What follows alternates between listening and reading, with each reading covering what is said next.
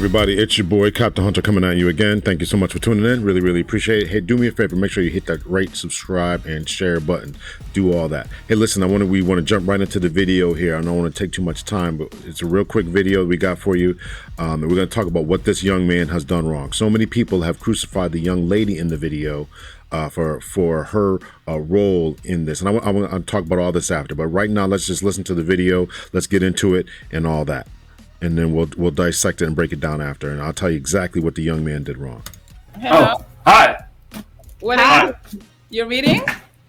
Yeah, I was actually reading. I ship out in a few days, so I was just reading The Art of Strategy. Okay. In the military? Yeah, so actually I'm a nuclear physicist for the Navy. No. So I do that in a few days. Oh, yeah. Okay. How old are you? I am 27. I look a little young. I'm not that young. Yeah, you look young. So where do you live? So I'm actually in the Woodlands, Texas right now. Right down there by Houston. I'm about 30 minutes away from Houston. So I'm a little close. Oh, nice. Okay, so tell me a little bit about yourself. Man, where do I start? I like martial arts a lot. I did a bit of pharmacy back when I was a little bit younger, about 2-3 years ago. I got certified at pharmacy around when I was 17. I didn't really do anything with it. I went to university for a while. I was getting like a business degree. So I have a bachelor's in business. And then I did pharmacy for a little while, for about 3 years, and then got bored. So I was like, let's go see what the military has to offer. Didn't do anything. I did my PICAT about a year ago, got a 96 on that. It goes up to a 99, got a 96. They offered me nuclear physics, and I was like, why the fuck not? So I went there, and now I ship out in a few days. Oh, okay, nice. Well, best of luck as you ship out pineapples. Yeah. Why?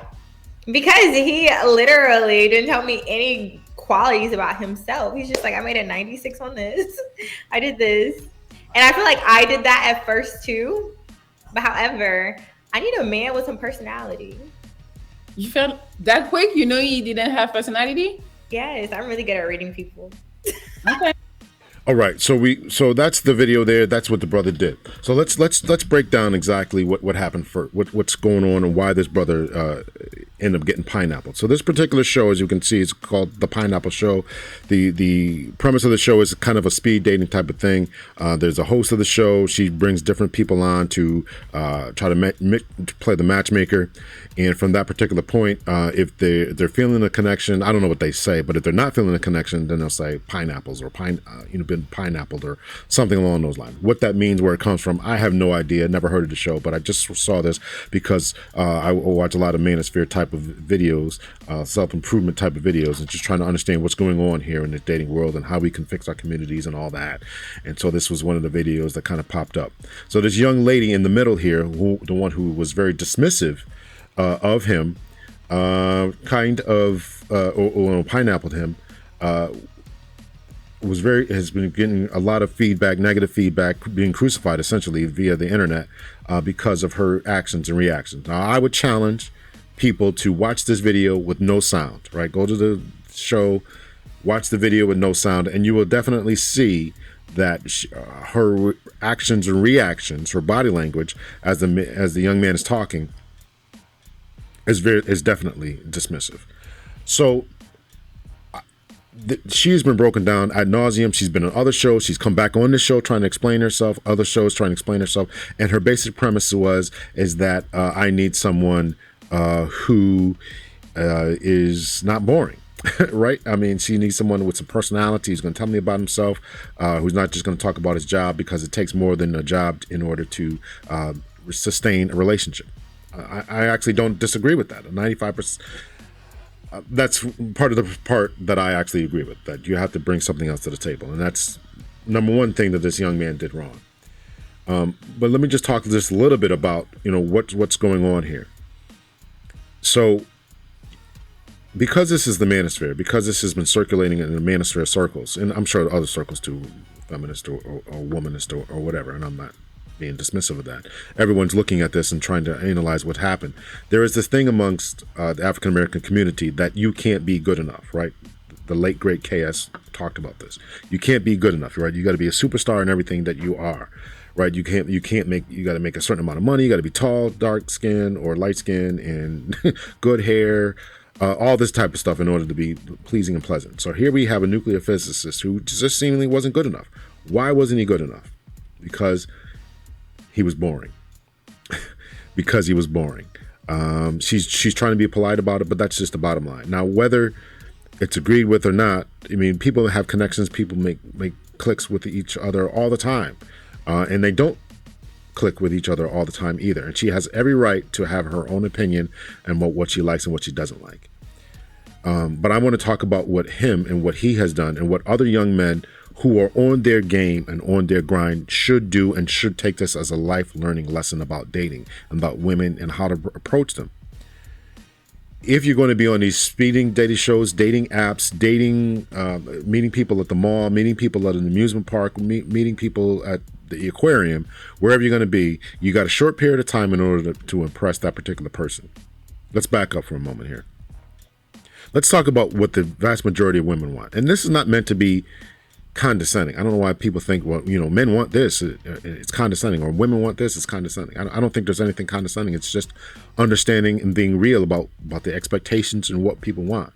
Because this is the manosphere is teaching and preaching. This show wasn't the manosphere. The Pineapple Show wasn't the manosphere. I'm saying that this is circulating in manosphere circles. That women are seeking for, coming from an evolutionary perspective, that they want somebody who's big, tall, strong, who can protect their family, can fight off the lions, the bears, the tigers, and stop other males from coming in from other tribes, killing our cubs, killing our children, and defiling me. That's what they're looking for. Protect me, my children, our food, our resources. That's what they want. And so that's why they want somebody with nice, big, strong shoulders, a strong jawline, tall, all that's what they want. And I don't think there's anything wrong with that, right? And I'm saying that even though I'm not a very, tall guy. You got to maximize and work with who and what you are. So that's what a vast majority of women would say that they want, what they want. Now, what they'll go for and settle for and talk to it is completely different from what, if they could draw a picture of the perfect man that they want. So here, this woman, again, she's been taking flack for this because the narrative is that, okay, this guy's lame, he's corny, he's a nerd, and therefore you can't see yourself with him. You want a rapper. You want to date a ball player, somebody who's got more swag. So this guy's a nuclear physicist reading before he's going on to the show. So I think the first thing we got to understand is if you're a young man on your game, you're getting straight A's, you're going to school all the time, you're wearing prepper year clothes, that you still have to understand that this is what it takes to get a woman. You can't be under the impression that just because you have a good job, maybe even some good looks, that you don't have to have any type of game or don't have to have the ability to talk to women. I think, listen, I was one of those people, right? So this was a learning lesson for me as well, to understand that you got to bring more to the proverbial table than good looks or a good job. You got to be able to talk the talk, walk the walk, and have that swag, have that edge to you. You got to be able to do it. You got to develop. You got to work on it. If you need some help with that, hit me up in the email, and we'll do some coaching sessions so I can get you where you need to be. But this is something that I had to work on myself, is in order to get there, right? So you got to understand that. So you can't hate the player or you can't hate the game. You just got to learn how to play the rules, right?